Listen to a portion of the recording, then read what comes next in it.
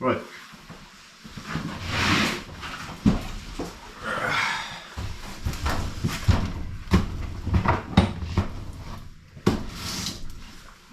Today, little review of the tool. Oh, that's like bubble wrap. Anyway, Vevor. It's already been opened because I've had to use it for other things. But today we have unboxing, a little run through the tool. Nice packaging, nice and secure. There we are. So this is the Vevor, whatever you want to call it, SYK-15. I have no idea why it's called that, except for the 15. It's 15-ton hydraulic hole punch. There we are. A little bit of a manual here for you. Basic bits that you've got. Introduction, safety stuff. How it sets up. Specs. You've got the 10-ton, 10-ton and the 15-ton. I went for the 15-ton because I've had issues with what I wanted to use this for, which isn't actually a hole punch, by not having enough force before. Thickness on this is 3mm up to 4-inch holes on normal steel. Stainless 200 series, it says it'll do up to 2-inch. It'll do 2mm, and over 2-inch it'll do 1.5mm.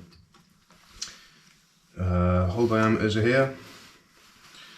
So we've got, guessing these are for pipe sizes because a 1/2-inch hole is actually bigger. We'll measure stuff up and have a look in a minute. Basic operation, maintenance and service, and all the rest of that crap. Right, let's get into this. So these have come well packaged. They all pretty much came like this, even the big 4-incher. There's a big 4-incher, standard size 4-incher for most of us. And we have here some of the smaller ones, and again another small one. Step drill, so that you can do your pilot holes, 4 to 20mm. That's handy, but not exactly as handy as it should be. There we have another 20mm bore punch set, and that is the stub axle, the drawbar or whatever you want to call it, for the 20mm set. Put that there. And in this one we have all of the smaller hole size stuff. It's a 3/4-inch punch there. And we have the 1/2-inch punch on this one with your retaining nut. And the retaining nut is only used, and your spreader plate as well. Retaining nut is only used on the smaller sizes. Let's see which ones that would be. That's the big one, that's the big one, that's the big one. So only the two small sizes, the 3/4-inch and the 1/2-inch size, uses the 10mm drawbar. And the actual cylinder and pump itself. Let's pull those two out. Let's get that out of the way. That's a good metal box. The other ones I believe come in plastic boxes. I wasn't so keen on those. I've had plastic before, it deteriorates over time.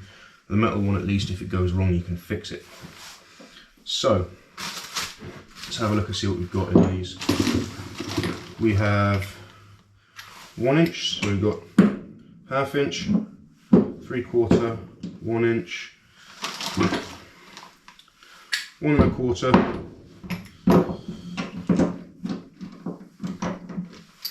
Put that there as well.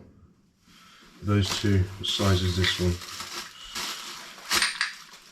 1 1/2-inch. I'm guessing this is 1 3/4. That's 2-inch.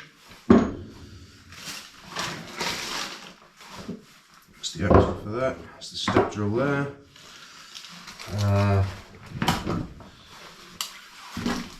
This one. That's the next size.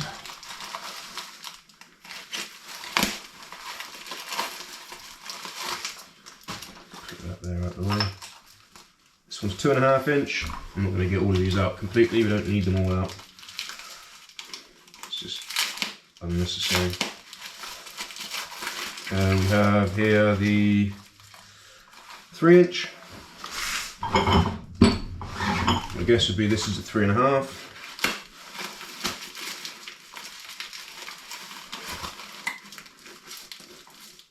Yep, 3.5 inch there. Let's put that there. 3.5 inch there.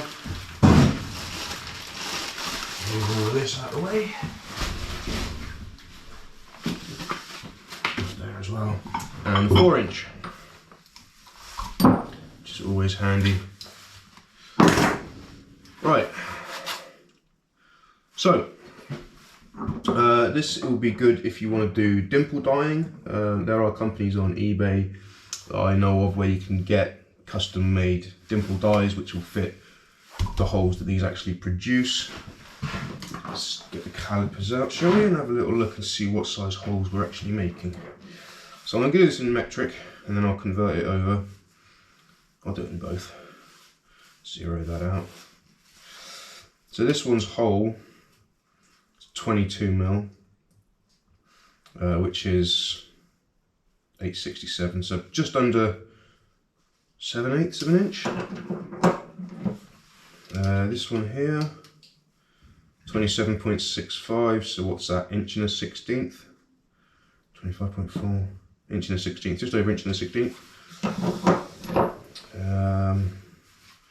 This one here is 34.1 millimeters, which is 1.34 inches. No idea what that actually is in fractional. I'm sure you guys are good at that, you know what you're on about. This one here is 1.695, so 1.7 inch, which is 43 mil. So that's badged as inch and a quarter. This one here we're looking at 49.4, so just under 2 inch. Actual hole size, it's badged as an inch and a half. Just under 2 inch, 1935. This one's badged as 2 inch. Is a 2.365, so what's that? 2 and a, let's have a look. 60 mil. 2.25 inch, roughly, just over 2.25 inch. We'll take a rough one on the outside of this. That's about 70 mil. 70 mil is 2.76 inches. Again, the outside of this one in inch is 3.3 inches, which is 84 mil. This one again is 95 mil. This is 3.75, about 3.75 inches. And then the 4 inch one is 4.2 inches, which is 106.5 mil. So there's your sizes, approximately. So if you was wondering, that's what you actually get. Now, this is a handy tool to have to come with it, step drill. And if you can see it on there, let me just show you this. Can you see that on there? You might, your sizes are marked on there, always handy to have that. What I did notice in using this tool previously, just messing around with it when I first got it, which is quite a while ago now, is that the 10 mil hole is not quite big enough for the shank of the 10 mil drawbar. This is an M10 by 1 thread. Cheers, truck. With an M20 by 1.5 on the large bore. So the hole size they recommend to make is an 11.5 mil hole. Now, if we have a look at the shank diameter, that's 10.88 mil, which is 430 thou. This one here, 785 thou, which is 19.9 mil. So the 20mm end of the step drill works really well for the shank of the 20mm hole. You end up with a really accurately centered hole to within 1/4 mil on the diameter. Less than that probably, to within a couple of tenths of a mil. So what I'd suggest doing is, in one pocket of loveliness here, is grabbing yourself an 11mm drill bit to go with this. Because the 11mm drill bit will give you the same clearance hole as you get out the 20mm end of the step drill for the largest shank. That'll give you more accurate hole positioning with where you want it to be. Right, let's clear all these out of the way. And I don't know, should we just go straight for the big one, see what it works like? I mean, if it works for the little one, the big one, it's going to work for the little ones, isn't it? Let's see what sort of a hole we get. So we're going to need that. Just stick there. We don't need the rest of these for the minute. Just knock the camera all over the place. Let's get these out of the way. Like so. That can go over there as well. Step drill, we'll use that in a minute for the 20mm hole. And we will use the 11mm drill bit for the small shank there. That's out of camera, that's fine. Moving on to the cylinder, we have, let's see if you can see anything here. Oh, still got one. We have a cylinder here, you can see, threaded all the way down in the bore. That actually retracts into the centre of the cylinder. And we've got a cap on the end here.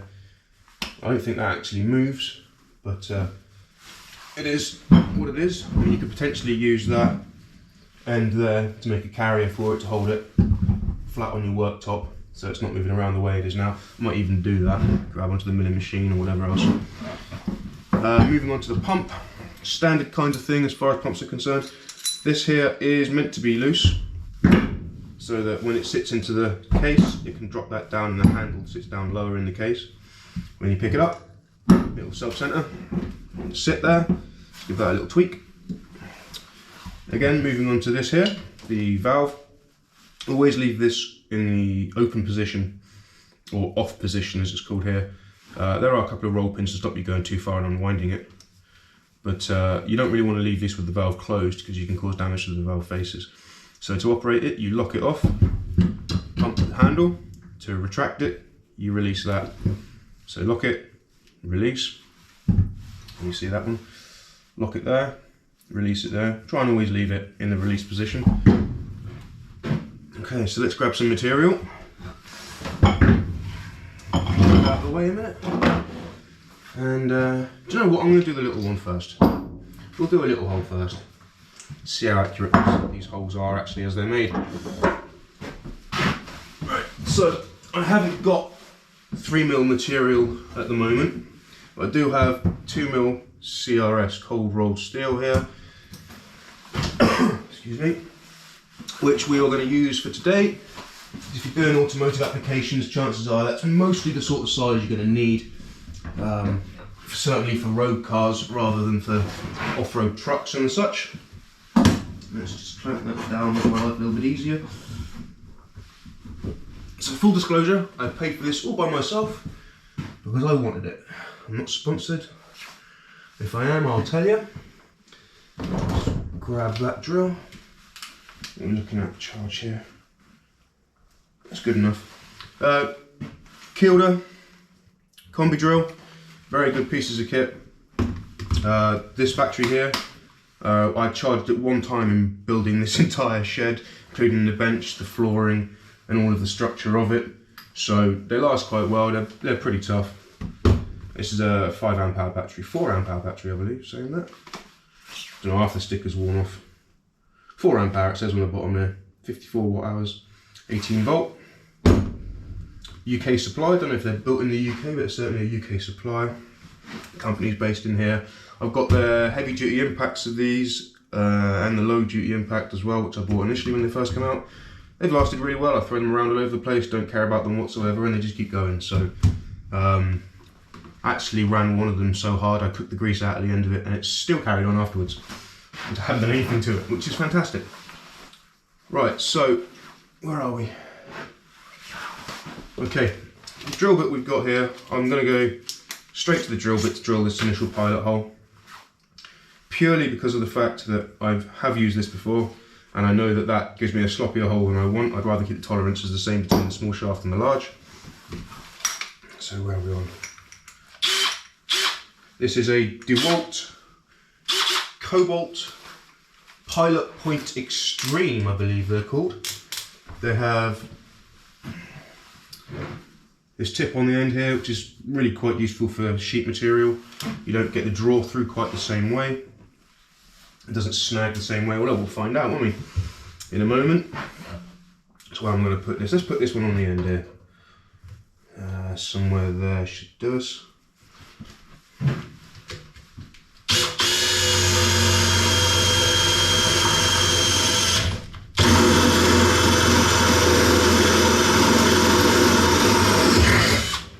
There we are, beautiful hole. Actually, that's a really nice hole. I haven't actually used this drill bit by hand previously. It was one I had for the milling machine for doing various other jobs. Put that there. Let's clear this up out of the way. Minding the burrs from the grinder, you dumbass. Right. So as you can see, we have a nice 11mm hole there. Actually, let's put the calipers on that. Let's get the calipers on that and see how close it is to actually being 11mm. We have widest point I can find on here is 11.14, so a couple of tenths of a mil over what we require, which is fine. It's still far more accurate than the 11.5 to 12mm hole that we have to drill normally for this. Awesome. So, piston or cylinder, whichever you wish to call it. Now this piece here, that's your retaining nut. This is a spreader plate. These smaller dies and punches fit on the same size, basically footprint as the cylinder, as the piston inside. So what they suggest to do, and what you really need to do, let's get that in there, is, you can bottom that out, doesn't make no difference, is this is a stamped washer. So I'd put the smoother side, there'll be a slight burr on one side and the smoother side on the other.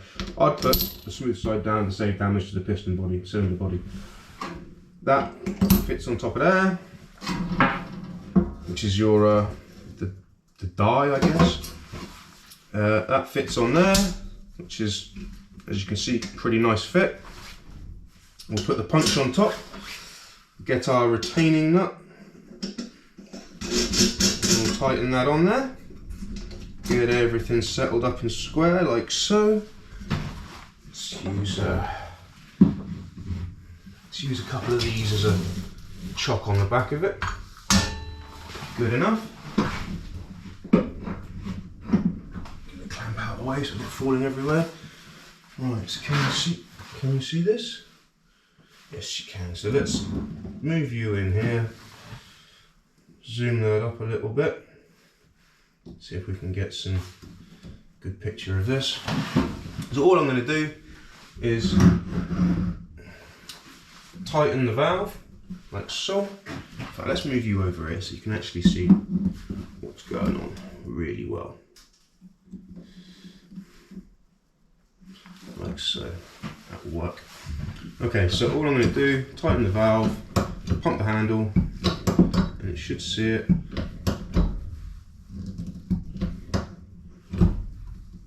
There you go, you can see it drawing through. I'm actually looking at the camera rather than at the workpiece at the minute, so I can make sure you can see what's going on properly. And we can hear a couple of tings.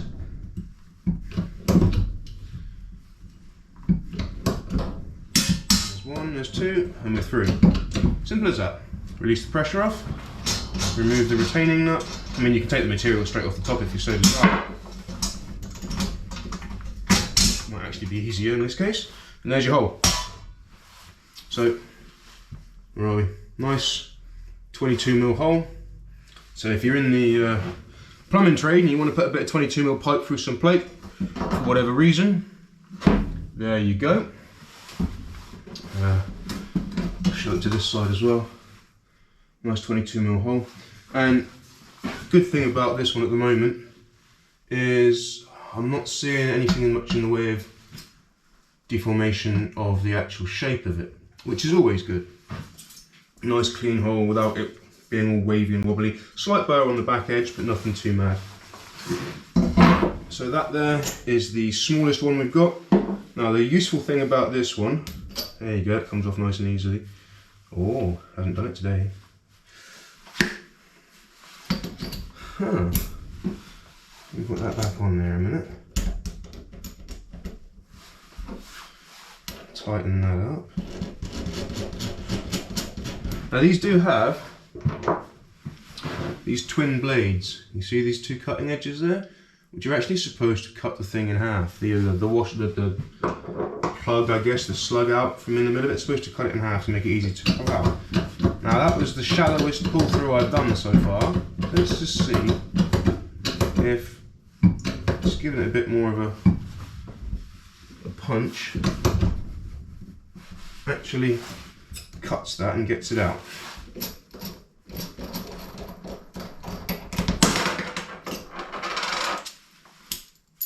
Yeah, there we go. So make sure you press it all the way down, not stupidly tight, but enough that it actually deforms the plug. I'm struggling now to get it out. There we are. So what it does here, as you can see, is it deforms your material that you're trying to get out. So it makes it a little bit easier to extract from the die. See the marks on the bottom there where it's bottomed out. Theoretically it should really cut these in half, but again I'm not trying to do that because I mean this tool doesn't need to be put under that much stress. Just enough to deform the plug, enough to get it out of the die. That's all you need to do. Make sure that's relaxed off again. So that's the smallest one. And again, let's get the calipers on that and see what size hole we actually do have.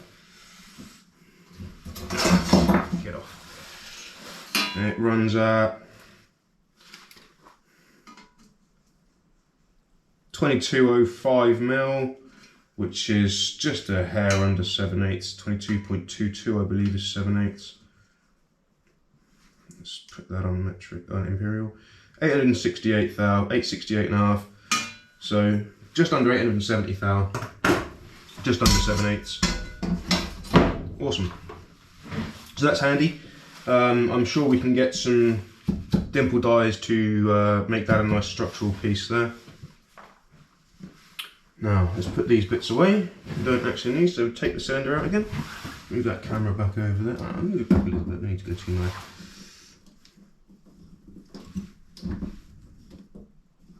There we are. Let's take this out of here.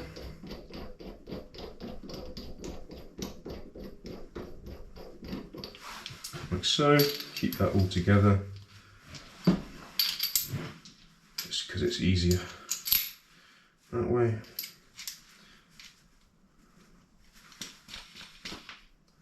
Like that. Put that one out of the way. Right, where's our big one gone? There it is at the back there. Right. So a large one.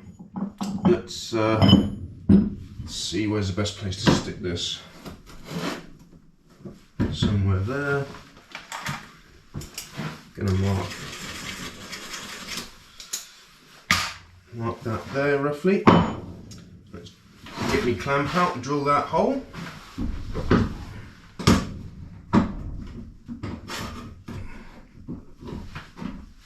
Like so. Right, so move those over there. Step drill. Always nice to have that in a little case as well, so you don't ruin it, as it inevitably knocks around inside the box. Now this woman's going to send it all the way through. So I'm going to start on the highest speed of the drill. And as we get more towards, it's not centered at all.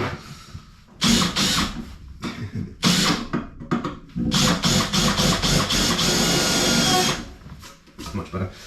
And as we get towards the middle of the drill bit, I'm going to step it down into the first gear of this drill.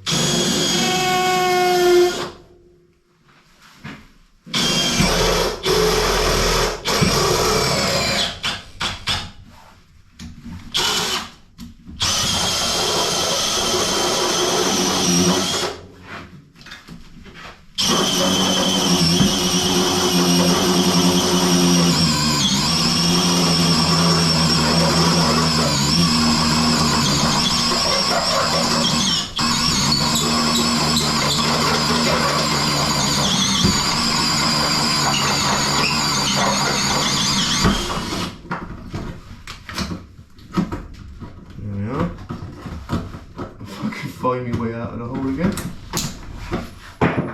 Yeah, that'll do. Maybe that step drill isn't necessarily the sharpest.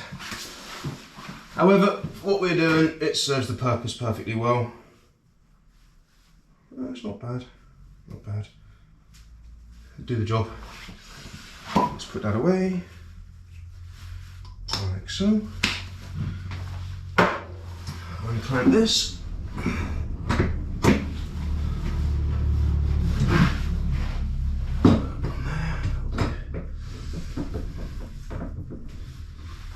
Right, let's go back to our little setup again. We have our piece of material. Let's put that end in there. Wind it all the way down. For this one, you don't actually need the spreader plate, obviously, because the base plate is thick enough and big enough that it actually covers the piston surface area, like so. Now theoretically you can use the small hole as the centre for this one, so if you've only got a smaller drill bit you can do that. There is quite a little bit of play on there, obviously being 2mm larger. So the 20mm one, oh look at that, like an absolute glove. Spin this on. Now these don't have a retaining nut, they're threaded themselves, these dies. Punches even. There we are, that's tightened down there. Let's grab that for some support on this end of it. And same process again. So let's get the camera set up so you can see. There we are. That's a decent shot. Right, so again, tighten up the valve so it's in the on position. And pump. There we go. You see it starting to bite in. Now this one's a 6-point start on this. Should make it slightly easier to bite through this material.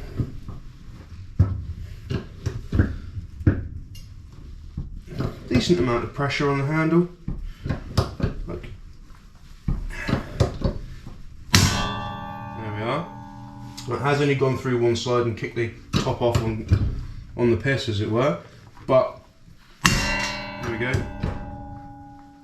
Don't be afraid to kind of just send it at the minute. I say that, it's not doing what I want it to do. There you go. Don't be afraid to just send it. Now let's take this off. So that's the big hole. Didn't take much time at all. Now, the first time I did this, I was concerned that this would get jammed because it went on cockeyed. But as you can see, spins off nice and easily, nice and free. So there is enough clearance in there for that not to be an issue. Slight markings around the tool, nothing major, nothing to worry about, just usage marks. Let's take the base off, and there we are. So as you can see here, it creates a wave-like impression here, which technically I guess would shrink the edge of the outside diameter down slightly, so that it actually comes out of the bottom of the die and plug, of the punch and die, as it were. Nice clean cut in this one, not too bad at all. Our two pieces we've cut out. Just put that back like that. Move that out of the way, move them out of the way. As you can see on that one, nice big window in there. You see it on that one as well, nice big window.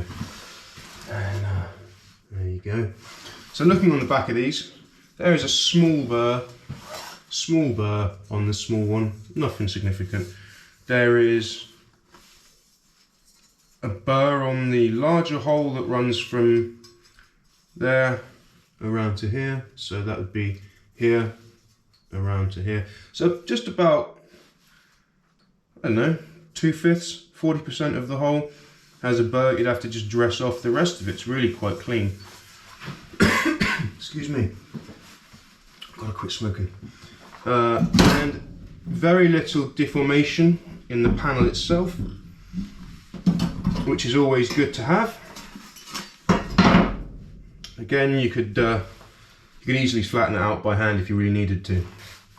So once again, release the valve, allow the piston back up, take your shaft out of it, giggity, and yeah, that's pretty much it. Let's check the diameter of this hole. What are we looking at? 114.13. Yeah, one at its largest. So just about 114 mil, just over 114 mil, sorry, which is perfectly fine. If you know what you're working with, you can account for it. I'm not going to go through the rest of them. That is in principle the biggest and the smallest. Let's move this over here. There you go, you can see that nicely there, look. And yeah. So the Vevor 15-ton hole punch, hydraulic hole punch. And there's our cores. That's the large core. And that's the small core we got out of it. You can see that one's almost cut in half. This one's kind of got a wavy edge. Again, to release them out of the plugs, out of the dies, whatever you want to call them. So, if I didn't buy this specifically for the hole punch, what did I buy it for? Well, I bought it because a small cylinder with about a 20 mil travel, which is what this is, that fits in small spaces, is very, very handy. I'm sure some of you have seen this on YouTube previously, for bush and bearing press kits for cars, automotive applications. So to that effect, let's move this out of the way, it doesn't need to be there, it served its purpose. To that effect, I have bought these. These are flat face flange nuts. I struggled with that one the last time I tried saying it, can you tell? And these are actually going to work really, really well for what I need. The shank here on this, as you can see, is M20 by 1.5, step down to, I believe that's, well it is, it's a 10.9, so call it 11 mil. And then you've got an M10 by 1 thread on the end there. That should give you an idea of what we can do with this. I do have some M20 by 1.5 threaded bar in an 8.8 high tensile, which I'm going to turn down to both 12 mil and thread the end in a 12 by 1.5, and 14 mil, which again I'm going to thread this end for 14 by 1.5. And I'm going to use those to make a bushing, press and install and removal tool for BMW E36 and E46s and E90s, the rear ball joints for those. So there we are. Cost of this kit was somewhere in the region of about 100 quid, I think, probably less. Knowing me, I wouldn't have paid that much for it if I can get away with it. Functionally, it works exactly as it's described to, with no issues whatsoever.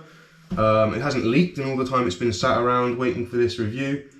The punches work really, really well for what they're intended for. Yeah, good little bit of kit. I have other hydraulics, they're not necessarily Vevor ones, but they're of the similar yellow nature and Chinesium. But I've had no problems with those, even with leaking on storage after long periods of time. I will go through those in another video. So, like, comment, subscribe, give me ideas, suggestions, whatever it is you want to do. Fill your boots, feel free, and I'll catch you guys next time. In a bit.